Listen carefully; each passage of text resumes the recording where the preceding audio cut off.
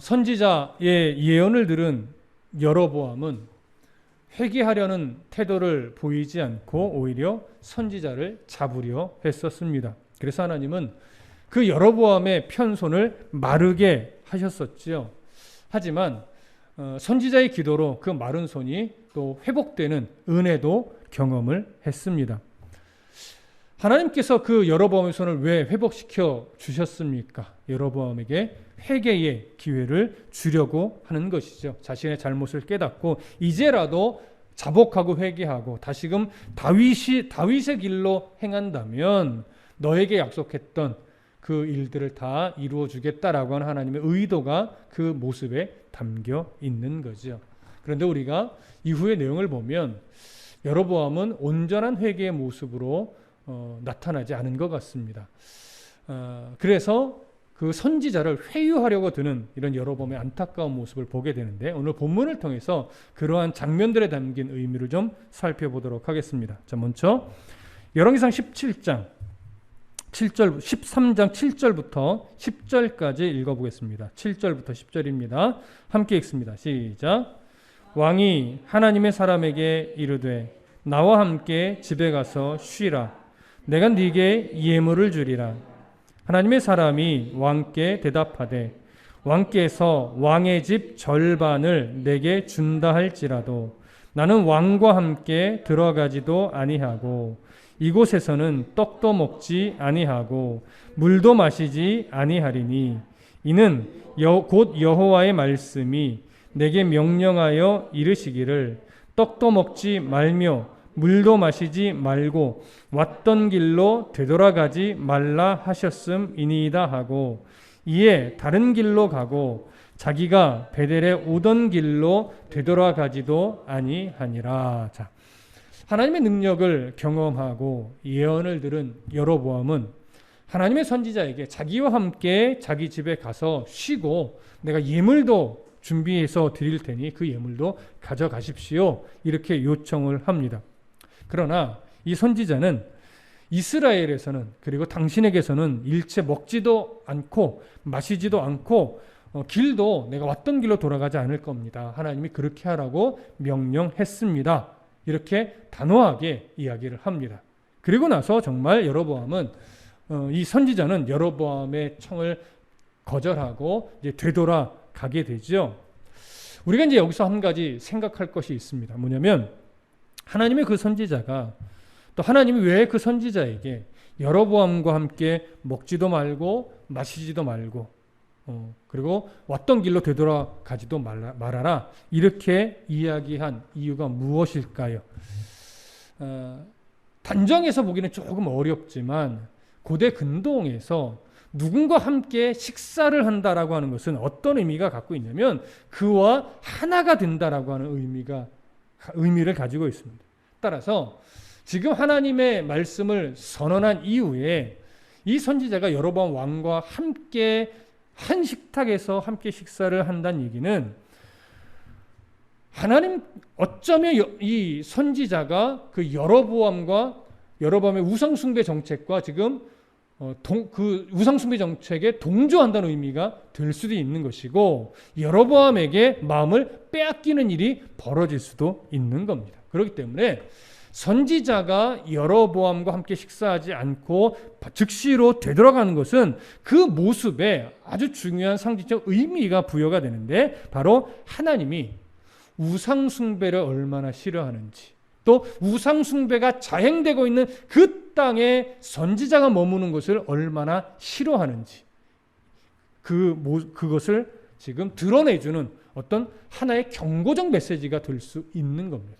그래서 하나님은 이 선지자에게 여로보암과 함께 식사도 하지 말고 마시지도 말고 바로 돌아가라는 명령을 한 겁니다. 그러니까 바로 그 모습에서 여로보암은 뭘 깨달아야 돼요? 야, 하나님이 정말 나의 종교 정책을 우상숭배로 보시는구나. 그리고 하나님이 정말 싫어하시는구나. 이 사실을 깨달았어야 하는 겁니다. 자, 그런데 그렇다면 여로보암은 왜 이 선지자에게 식사를 함께 하자고 요청하며 예물도 주겠다고 말한 걸까요? 회개하는 마음이었을까요? 만일 그렇다면 하나님이 그의 요청을 거절하게 하실 이유는 없었을 겁니다. 여로보암에게 만일 회개의 마음이 진심으로 있었다면 사실 선지자를 대접하는 것도 중요하지만 더 우선적으로 해야 될 것이 무엇입니까? 하나님 앞에 나아가 자복하고 그 다음에 우상을 척결하는 것이 우선일 겁니다. 그런데 지금 여로보암에게는 전혀 그러한 모습 또 그러한 마음이 보이지 않습니다. 따라서 여로보암이 이 선지자에게 식사를 대접하고 예물을 주려 했던 것은 아마도 자신에게 선언된 이 저주를 어떻게 하면 축복으로 좀 바꿀 수 있을까? 이런 의도에서 나온 어리석은 행동일 겁니다. 그리고 어쩌면 이 선지자의 저주스러운 하나님의 말씀을 혼자 들은 것이 아니라 그 제사에 참여했던 수많은 백성들이 들었을 겁니다. 그래서 이 백성들이 동요되지 않도록 내가 선지자와 지금 대적하고 있지 않다. 선지자 나는 가깝다. 이런 것을 보여주기 위한 의도도 담겨 있을 것으로 여겨집니다. 하지만 이 선지자는 여로보암의 유혹을 그래도 잘 이기고 유다로 돌아가기 위해 출발을 했습니다. 사실 이 익명의 선지자가 유다에서부터 이 여로보암에게까지 온다는 것, 그리고 그 앞에서 담대하게 이 저주스러운 하나님 말씀을 대언한다는 것, 사실 목숨 걸지 않으면 할 수 없는 일입니다. 그러니 지금 선지자가 여로보암 앞을 떠나서 죽지 않고 살아서 유다로 돌아갈 수 있는 것은 오직 하나님의 도우심밖에 답이 없는 거죠. 그러니 이 익명의 선지자가 지금 하나님 말씀에 순종해서 여로보암에게까지 와서 그 앞에서 이 하나님 말씀을 대언한다는 것은 사실 인간적으로는 엄청난 용기가 필요한 일인 겁니다. 자, 이 선지자가 그렇게 하나님 말씀을 대언하고 그 자리를 떠나서 이제 유다로 돌아가기 시작을 했습니다. 이 이후에 또 어떤 일이 벌어지는지 성경을 통해서 확인해 보겠습니다. 자, 11절부터 19절까지 함께 읽겠습니다. 11절부터 19절 함께 읽습니다. 시작. 베델에 한 늙은 선지자가 살더니 그의 아들들이 와서 이날에 하나님의 사람이 베델에서 행한 모든 일을 그에게 말하고 또 그가 왕에게 드린 말씀도 그들이 그들의 아버지에게 말한지라. 그들의 아버지가 그들에게 이르되 그가 어느 길로 가더냐 하니 그의 아들들이 유다에서부터 온 하나님의 사람의 간 길을 보았음이라. 그가 그의 아들들에게 이르되 나를 위하여 나귀의 안장을 지으라. 그들이 나귀의 안장을 지으니 그가 타고 하나님의 사람을 뒤따라가서 상수리 나무 아래에 앉은 것을 보고 이르되 그대가 유다에서 온 하나님의 사람이냐? 대답하되 그러하다. 그가 그 사람에게 이르되 나와 함께 집으로 가서 떡을 먹으라. 대답하되 나는 그대와 함께 돌아가지도 못하겠고 그대와 함께 들어가지도 못하겠으며 내가 이곳에서 그대와 함께 떡도 먹지 아니하고 물도 마시지 아니하리니 이는 여호와의 말씀이 내게 이르시기를 네가 거기서 떡도 먹지 말고 물도 마시지 말며 또 네가 오던 길로 되돌아가지도 말라 하셨음이로다.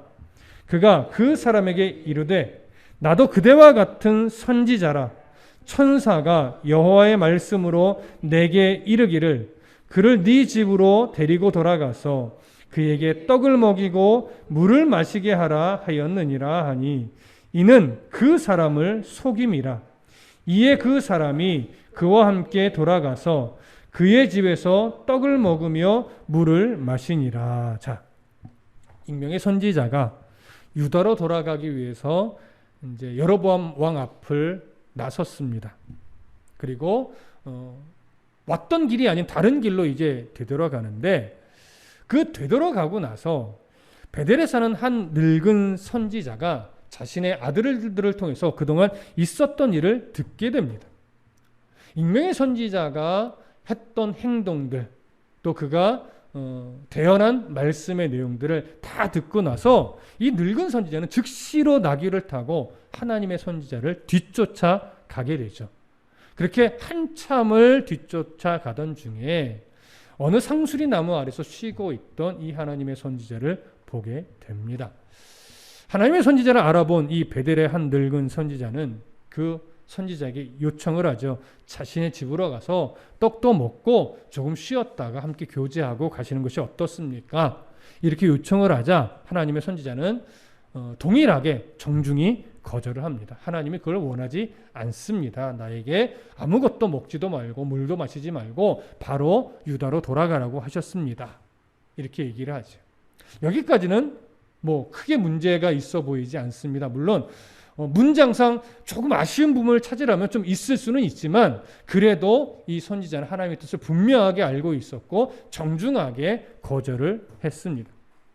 그런데 이제 문제는 이 한 늙은 선지자가 이렇게 말하는 거예요. 나도 동일한 선지자인데 천사를 통해서 하나님이 내게도 다시 말씀을 주셨다. 당신에게 음식을 대접하고 쉬게 해주라고. 그런데 성경은 이 말이 거짓이었다라고 이야기를 하죠. 근데 결국은 이 선지자가 그 말에 속아서 분별해내지 못하고 이 늙은 선지자의 집으로 함께 가게 되었다는 사실이 이제 문제가 되는 거죠. 여기서 이제 우리가 한 가지 또 생각해 봐야 될 게 뭐냐면 베델의 이 한 늙은 선지자가 왜 굳이 거짓말까지 하면서 하나님의 선지자를 자기 집으로 청한 것일까? 이 부분을 좀 생각해 볼 필요가 있습니다. 사실 참 어려운 부분입니다. 왜냐하면 이 늙은 선지자가 여로보암의 사주를 받은 것으로 보이지도 않고 뭔가 그 뒤에 뭔가 속셈이 있어 보이지도 않기 때문에 그렇습니다. 성경에 이 한 늙은 선지자의 의도가 정확하게 기록되어 있지 않아서 도대체 어떤 의도로 거짓말까지 하면서 이 선지자를 자기 집으로 청한 걸까? 이게 어려운 거예요. 그래서 베델의 늙은 선지자를 좀 부정적으로 봐야 할지 긍정적으로 봐야 할지 참 어려운데 만약에 이제 부정적인 면을 좀 본다면 어떤 면을 볼 수 있냐면 선지자에게 자기도 하나님의 명령을 받았다라고 거짓말을 했다는 것. 그리고 대부분의 제사장들이 이 여로보암의 종교 정책을 반대해서 결국은 제사장, 레위인 또 경건한 사람들이 유다로 내려갔단 말이에요. 그런 상황에서 이 선지자가 베델에 남아 있었다는 거 하는 것. 이것도 조금은 부정적으로 보입니다. 그리고 또 하나 더 보자면 만약에 이 선지자가 하나님 앞에 지금 참 선지자였다면 올바른 선지자였다면 굳이 유다에 있는 선지자를 불러올 것이 아니라 이 선지자에게 하나님께서 말씀을 주셔서 이 선지자가 여로보암에게 가서 전하게 했으면 되었을 텐데 하나님은 이 선지자에게 자신의 말씀을 전하도록 명령하지 않았다는 것. 이런 차원에서 보면 이 늙은 선지자는 조금은 부정적인 모습을 갖고 있다고 할 수 있습니다. 반면 그래도 그 와중에 긍정적인 모습을 좀 볼 수 있는 면도 있는데 좀 이따가 나눌 부분이지만 하나님의 선지자가 죽었을 때 그의 시신을 수습해 와요. 그리고 장사를 지내줘요. 그리고 나서 무엇을 선언하냐면 그 하나님의 선지자가 선언했던 모든 하나님의 말씀이 그대로 이루어질 것이다. 이 말을 해요. 사실 이 내용은 올바른 얘기거든요. 하나님의 뜻이 그대로 이루어진다고 하는 참 올바른 말이에요. 이렇게 한 행동과 말한 내용을 본다면 또 긍정적으로 보여져요. 그래서 이 선지자의 의도가 참 어려운 겁니다. 부정적으로 볼 수 있는 면, 또 긍정적으로 볼 수 있는 면, 이런 내용들을 조금 종합해 보면 어떤 것을 일단 알 수 있냐면 베델의 늙은 선지자는 일단 하나님의 선지자를 함정에 빠뜨리려고 자기 집에 초청한 것은 아니다라고 하는 것이죠. 그리고 여로보암의 사주를 받은 것도 아니다라고 하는 것은 분명해 보입니다. 따라서 베델의 늙은 이 선지자는 오랜만에 하나님의 말씀을 대언하고 또 이적을 행했던 선지자를 만나보고자 하는 어떤 순수한 열의에 의해서 거짓말까지 하면서 자기 집으로 선지자를 데려가려고 한 것이 아닐까 이런 생각을 하게 됩니다. 사실 이 늙은 선지자도 이전에는 분명히 참 선지자였을 것입니다. 그런데 지금의 모습은 여로보암의 이 우상숭배 정책에 대해서 바른 소리를 내지 못하고 침묵을 지켜왔어요. 그리고 신앙의 절개를 지키기 위해서 유다로 내려가는 무리에도 함께하지 않았어요. 어쩌면 이런 자신의 이 모습이 그리 스스로도 자신 있지는 않았던 것 같습니다. 그러니까 부끄러운 면을 가지고 있었을지도 모르겠습니다. 그래서 여로보암을 책망하면서 이적까지도 일으킨 그 선지자를 만나서 자기의 마음을 좀 토로하고 위로를 받고 싶었던 것은 아닐까. 그리고 이 마음이 좀 지나쳐서 하나님의 뜻을 바로 보지 못하고 거짓말까지 하면서 이 선지자를 자기 집으로 초청한 것이 아닌가. 이 정도로 여겨집니다. 더 구체적으로 우리가 좀 알기 어려울 겁니다. 그래서 더 깊이 보려다가는 조금 우리가 왜곡된 시선으로 볼 수 있기 때문에 일단 이 늙은 선지자에 대해서는 이 정도까지만 보는 것이 일단은 좋을 것 같습니다. 자, 그러면 이 늙은 선지자의 마음을 이 정도로 우리가 이해를 하고 다음 본문의 내용을 좀 보겠습니다. 20절부터 26절까지 함께 읽겠습니다. 20절부터 26절 시작. 그들이 상 앞에 앉아 있을 때에 여호와의 말씀이 그 사람을 데려온 선지자에게 임하니 그가 유다에서부터 온 하나님의 사람을 향하여 외쳐 이르되 여호와의 말씀에 네가 여호와의 말씀을 어기며 네 하나님 여호와께서 네게 내리신 명령을 지키지 아니하고 돌아와서 여호와가 너더러 떡도 먹지 말고 물도 마시지 말라 하신 곳에서 떡을 먹고 물을 마셨으니 네 시체가 네 조상들의 묘실에 들어가지 못하리라 하셨느니라 하니라. 그리고 자기가 데리고 온 선지자가 떡을 먹고 물을 마신 후에 그를 위하여 나귀의 안장을 지우니라. 이에 그 사람이 가더니 사자가 길에서 그를 만나 물어 죽임에 그의 시체가 길에 버림받으니 나귀는 그 곁에 서 있고 사자도 그 시체 곁에 서 있더라. 지나가는 사람들이 길에 버린 시체와 그 시체 곁에 선 사자를 보고 그 늙은 선지자가 사는 성읍에 가서 말한지라. 그 사람을 길에서 데리고 돌아간 선지자가 듣고 말하되 이는 여호와의 말씀을 어긴 하나님의 사람이로다. 여호와께서 그에게 하신 말씀과 같이 여호와께서 그를 사자에게 넘기심에 사자가 그를 찢어 죽였도다 하고. 자, 늙은 선지자의 말에 속은 하나님의 선지자는 그 늙은 선지자의 집으로 함께 갔습니다. 그리고 함께 음식을 먹기 위해 상 앞에 앉았습니다. 뭐 첫 수저를 떴는지 안 떴는지까지는 잘은 모르겠습니다. 그런데 그때 하나님의 말씀이 이 늙은 선지자, 거짓말을 했던 늙은 선지자에게 하나님의 말씀이 임했습니다. 그래서 이 늙은 선지자가 하나님의 선지자에게 하나님의 말씀을 대언하는데 그 내용이 뭐냐면 여호와의 말씀에 네가 여호와의 말씀을 어기며 네 하나님 여호와께서 네게 내린 명령을 지키지 아니하고 돌아와서 여호와가 너더러 떡도 먹지 말고 물도 마시지 말라 하신 곳에서 떡을 먹고 물을 마셨으니 네 시체가 네 조상들의 묘실에 들어가지 못하리라 하셨느니라. 이런 말을 전합니다. 자, 하나님의 선지자가 이 늙은 선지자의 입을 통해서 이 하나님의 말씀을 들었을 때 어떠한 감정 상태가 되었을까요? 두려웠을까요? 아니면 이 늙은 선지자가 말한 것이 정말 하나님의 말씀일까라고 의심했을까요? 이 선지자의 마음 상태가 어땠는지는 잘 모르겠습니다. 다만 성경은 이 늙은 선지자가 전한 하나님의 말씀을 이 선지자가 다 듣고 나서 징계가 선언된 이후에 그냥 떡을 먹고 물을 마시고 늙은 선지자가 제공해준 나귀를 타고 돌아갔다. 그리고 돌아가는 길에 사자에게 물려 죽었다. 이렇게만 기록을 합니다. 자, 우리는 이 장면에서 문득 이런 생각을 하게 되죠. 하나님의 징계가 선언됐는데 어떻게 떡을 먹고 물을 마시는 여유가 있을 수 있지? 그 자리에서 자복하고 엎드려 하나님 회개하고 나를 살려달라고 통곡해야 되는 것이 아닐까? 이런 생각을 하게 됩니다. 그런데 이런 생각은 우리가 가는 길에, 이 선지자 가는 길에 사자에게 물려 죽었다는 사실을 이미 알고 있기 때문에 이런 생각을 하게 되는 거예요. 늙은 선지자의 입을 통해서 선언된 징계의 내용은 그의 죽음에 대해서는 언급이 되지만 언제 어떻게 죽을지에 대해서는 사실은 언급이 없습니다.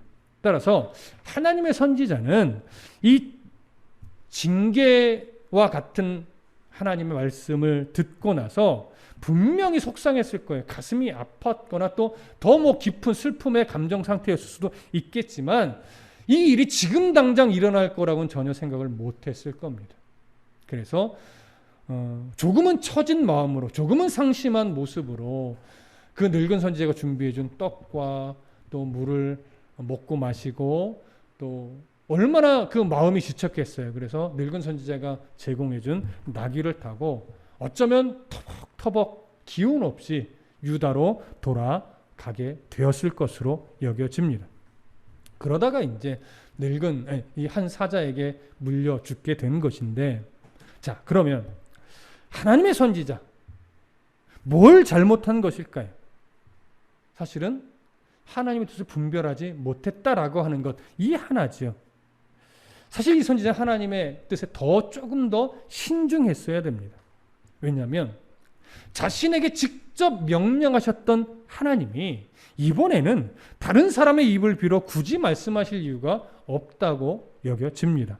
그것도 직접 말씀하신 하나님이 굳이 천사의 입을 빌어서 다른 선지자의 입을 통해 자신의 뜻을 전할 이유는 더더욱 없겠죠. 또한 하나님은 쉽게 자신의 뜻을 바꾸시는 분이 아니기 때문에 그렇습니다. 그래서 이 하나님의 선지자가 이러한 말을, 늙은 선지자의 입을 통해서 그런 말을 들었을 때 한 번만이라도 그 자리에서 엎드려서 하나님께 어떤 뜻입니까? 물었다면 참 좋았겠다라고 하는 생각을 하게 됩니다. 아마도 여로보암의 그 유혹을 이겨낸 후에 하나님의 선지자가 영적으로 조금 방심했던 것으로 여겨집니다. 그래서 하나님의 사람은 어떻게 보면 사실 악의 없이 속아 넘어간 것이죠. 하지만 그렇다고 해서 이것이 면책 사유는 될 수 없는 것 같습니다.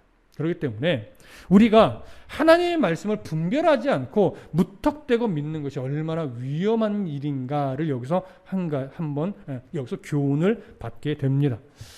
사도행전 17장에 기록된 이 베레아 사람들, 저번에도 나누었었지만 그들의 이 중심이 너무나 귀합니다. 간절한 마음으로 말씀을 받고 이것이 그러한가 하여 날마다 성경을 상고했다라고 하는 이 기록이 우리 이 장면에서 너무나 소중한 교훈이 되지 않나 이런 생각을 합니다. 오늘날 정보의 홍수 속에 삽니다. 설교의 홍수 속에 살아가고 있습니다. 이런 시대에 우리가 중심이 흔들리지 않고 정말 말씀에 뿌리 내린 신앙이 되기 위해서 무조건 믿습니다라고 하는 신앙은 매우 위험할 겁니다.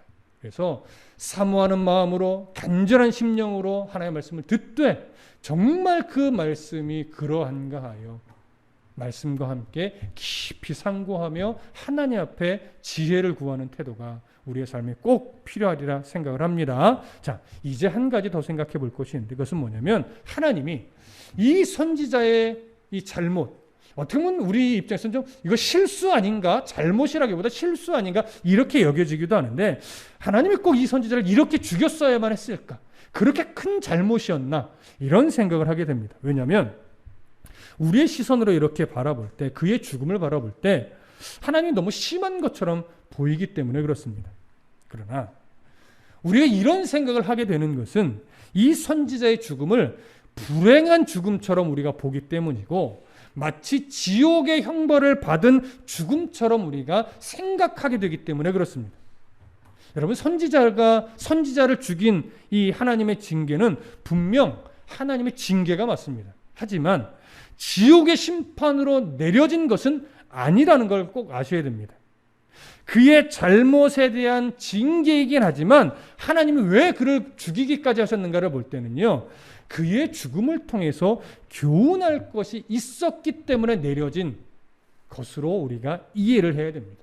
그래서 죽음 자체를 너무 크게 확대 해석해서 하나님 너무하신 것 아닙니까? 이렇게 볼 수는 없다라고 하는 것이죠. 하나님이 이 선지자의 죽음을 통해서 무엇인가 보여주고 무엇인가 교훈으로 삼기 위해서 그를 죽음에 이르는 징계를 내리신 것뿐이지 그의 잘못이 너무나 극악무도해서 지옥의 심판을 내리듯이 그렇게 죽인 것은 아니다라고 하는 것이죠.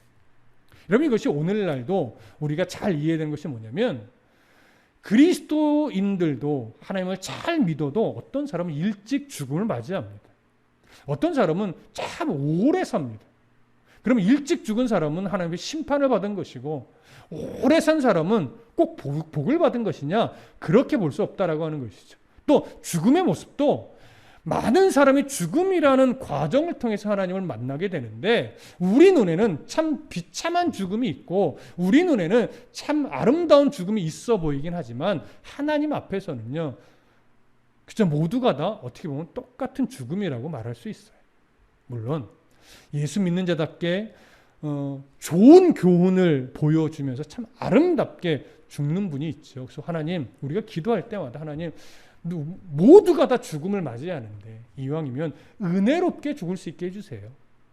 이렇게 우리가 기도할 뿐이죠. 아무리 예수를 잘 믿어도 어떤 사람은 병으로 죽기도 하고 사고로 죽기도 하고 명을 다하여 참 자연스럽게 죽음을 맞이하기도 합니다. 그러나 어떤 죽음이 되었든지 간에 하나님이 그리스도인 하나님의 자신의 자녀를 의미 없이 죽게 내버려 두시는 분은 아니다라고 하는 거예요. 그래서 저는 개인적으로 그리스도인에게 있어서 그 뭐라 그러죠? 그냥 객지에서 갑자기 그냥 죽는 객사? 뭐 이런 느낌의 죽음은 사실 없습니다. 우리가 볼 때 그렇게 여겨질 뿐이지 하나님은요, 어찌됐거나 자신의 백성이 하나님의 뜻에 합한 삶을 끝내는 살다가 하나님이 원하실 때 어떤 모습이 될지 간에 하나님이 부르셔야 그의 나라를 가는 겁니다. 그래서 이 선지자의 죽음도 너무나 그의 죽음을 확대 해석해서 비참한 죽음처럼 생각하지 마시고 징계적 차원의 죽음인 건 맞지만 그의 죽음을 통해서 교훈할 것이 있고 그의 죽음을 통해서 보여줄 것이 있었기 때문에 그런 모습으로 죽게 하신 것이다 라는 모습으로 이해하시는 것이 더 좋을 것 같습니다. 27절부터 32절까지 함께 읽겠습니다. 시작. 이에 그의 아들들에게 말하여 이르되 나를 위하여 나귀의 안장을 지으라. 그들이 안장을 지음에 그가 가서 본즉 그의 시체가 길에 버림받되었고 나귀와 사자는 그 시체 곁에 서 있는데 사자가 시체를 먹지도 아니하였고 나귀를 찢지도 아니하였더라. 늙은 선지자가 하나님의 사람의 시체를 들어 나귀에 실어 가지고 돌아와 자기 성읍으로 들어가서 슬피 울며 장사하되 곧 그의 시체를 자기의 묘실에 두고 오호라 내 형제여 하며 그를 위하여 슬피 우니라. 그 사람을 장사한 후에 그가 그 아들들에게 말하여 이르되 내가 죽거든 하나님의 사람을 장사한 묘실에 나를 장사하되 내 뼈를 그의 뼈 곁에 두라. 그가 여호와의 말씀으로 베델에 있는 제단을 향하고 또 사마리아 성읍들에 있는 모든 산당을 향하여 외쳐 말한 것이 반드시 이룰 것임이니라. 아멘. 여기 보면 이 늙은 선지자가 하나님의 선지자가 한 사자에 의해 죽었다는 소식을 듣고 바로 그 자리로 갑니다. 그리고 그의 시신을 수습해 왔지요. 그리고 나서 그의 시신을 거두어 자기 묘실에 장사를 해주면서 슬피 울었다고 합니다. 가식적인 울음은 아니었을 것으로 보입니다. 분명히 진심으로 가슴 아파하며 울어준 모습이었을 것으로 여겨지는데 그는 이 선지자의 시신을 수습해 올 때 사자와 나귀가 그의 시신을 더 이상 훼손하지 않고 마치 그 시신을 지키듯이 그 옆에 서 있는 모습을 보고 그의 죽음이 단순한 사고가 아니라 하나님이 그에게 주신 징계의 선언의 징계의 결과라는 것을 그는 알 수 있었던 것입니다. 그래서 그의 시선을 수습하고 장사를 지낸 후에 자식들에게 요청하죠. 나도 죽으면 저 선지자를 장사한 그 묘실에 함께 장사해주고 내 뼈도 그 선지자의 뼈 곁에 두라. 이렇게 요청을 합니다. 그런 후에 그가 여호와의 말씀으로, 그러니까 여기서 그라는 건 그 선지자, 죽은 선지자가 여호와의 말씀으로 베델에 있는 제단을 향하고 또 사마리아 성읍들에 있는 모든 산당을 향하여 외쳐 말한 것이 반드시 이룰 것임이니라 라고 선언을 합니다. 이는 하나님의 선지자가 여로보암 앞에서 선포했던 모든 하나님의 말씀이 반드시 이루어질 것이라는 사실을 한 번 더 확증한 것이죠. 따라서 지금 이 본장에서 흘러가는 맥락은요, 누가 어떤 잘못을 저질러서 어떤 징계를 받았느냐 여기에 있지 않습니다. 자칫 그런 시선에 자꾸 초점을 맞추게 되면 정말 뭘 말하려고 하시는 건지를 놓칠 수 있어요. 오늘 본 이 장의 맥락은 어떻게 흘러가냐면 하나님이 여로보암의 이 종교 정책 그리고 종교 행위들을 하나님이 우상숭배로 보셨다라고 하는 걸 드러내시는 거예요. 그리고 하나님이 그의 행위들, 이 우상숭배적 행위들을 하나님이 경멸하고 계신다는 사실을 자꾸 드러내시는 거예요. 그래서 돌이키지 않으면 하나님이 반드시 징계할 것이다. 이것을 드러내는 거죠.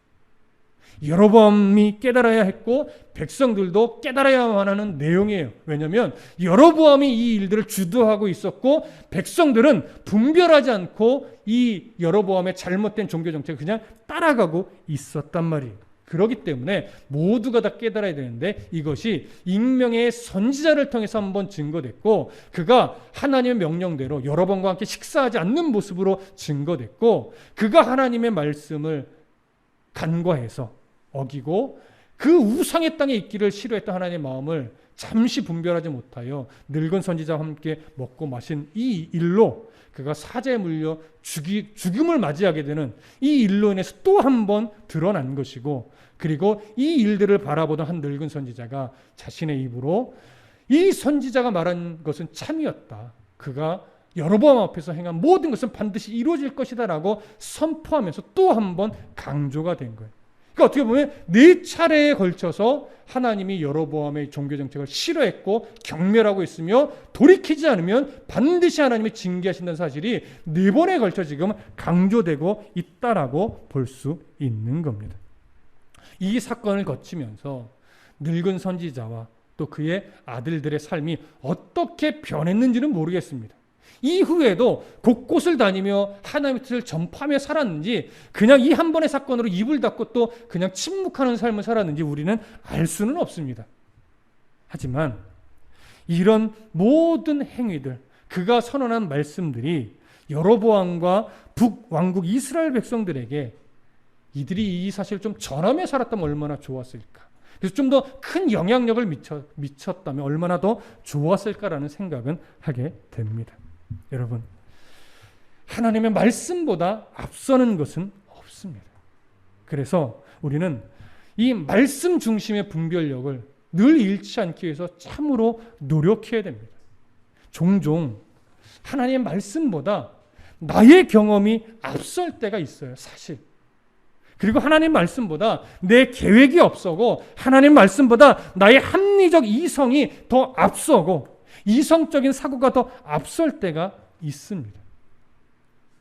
하나님이 없는 곳에서는 맞습니다. 하지만 하나님은 그러한 세상의 지혜를 내신 분이고 하나님은 그 세상의 지혜 위에 계시는 분입니다. 그렇기 때문에 합리적 이성도 중요하고 논리적 판단도 중요한데 더 중요한 건 하나님이 옳다 하시는 것을 아는 거예요. 하나님이 인정하시는 것을 아는 거예요. 하나님의 사랑이 어디에 시선을 두고 있는지 그것을 아는 것이 더 중요합니다. 그래서 하나님의 사랑은요, 때로는 우리들의 논리와 우리들의 이성을 더 초월하여 역사할 때가 참 많습니다. 여러분, 우리를 향한 하나님의 사랑을 어떤 논리로 설명하시겠습니까? 나를 구원하신 그 십자가의 사랑을 어떤 합리적 이성으로 여러분 증거할 수 있겠냐고요. 하나님의 사랑은, 우리를 향한 하나님의 사랑은 우리의 이성을 넘어 계시고 우리의 합리적 사고를 뛰어넘어 계시는 사랑이에요. 그 사랑 앞에서 우리의 지식이 무슨 소용이 있으며 우리의 지혜가 무슨 소용이 있으며 우리가 경험했던 수많은 경험이 무슨 의미가 있겠습니까? 우리의 이성, 우리의 지혜, 우리의 합리적 사고, 이 모든 것들은 하나님의 이끄심에 그저 도구로서 쓰임받을 때 의미가 있는 것이지, 그것이 하나님보다 앞서기 시작할 때 그것은 우리에게 독이 될 수 있다고 하는 것 꼭 기억하시기를 부탁드립니다. 하나님의 말씀 앞에 온전히 우리의 삶을 내어드리고 또 하나님의 인도하심 앞에 우리의 모든 경험과 우리의 지식과 우리의 합리적 이성까지도 하나님 앞에 바르게 내어놓을 수 있는 성도가 되셨으면 좋겠습니다. 그것이 무분별한 또 무작정 믿는 신앙으로 나아가라는 것이 아니라 베레아 교회 성도들처럼 정말 그러한가 상고할 때 하나님의 마음이 여기 있다라고 말씀을 근거하여 여러분 분별하셨다면, 또 성령 안에 그런 마음을 주셨다면 거기에 순종하라는 말씀을 드리는 겁니다. 하나님이 옳은 것을 알면서도 내 논리와 합리적 이성이 자꾸 나의 진리로 끌고 가려고 할 때는 그것을 단호하게 어떻게 돼요? 거절하고 나의 진리와 나의 욕심보다는 하나님의 말씀이 이끄시는 대로 나를 순종하고 나를 순종하게 하고 복종하게 하는 것, 그 싸움을 해내는 것이 바로 우리의 믿음의 싸움인 겁니다. 이 믿음의 싸움에서 늘 승리함으로 하나님이 기뻐하시는, 또 하나님께 인정받는 그러한 성도가 되시기를 간절히 소망합니다.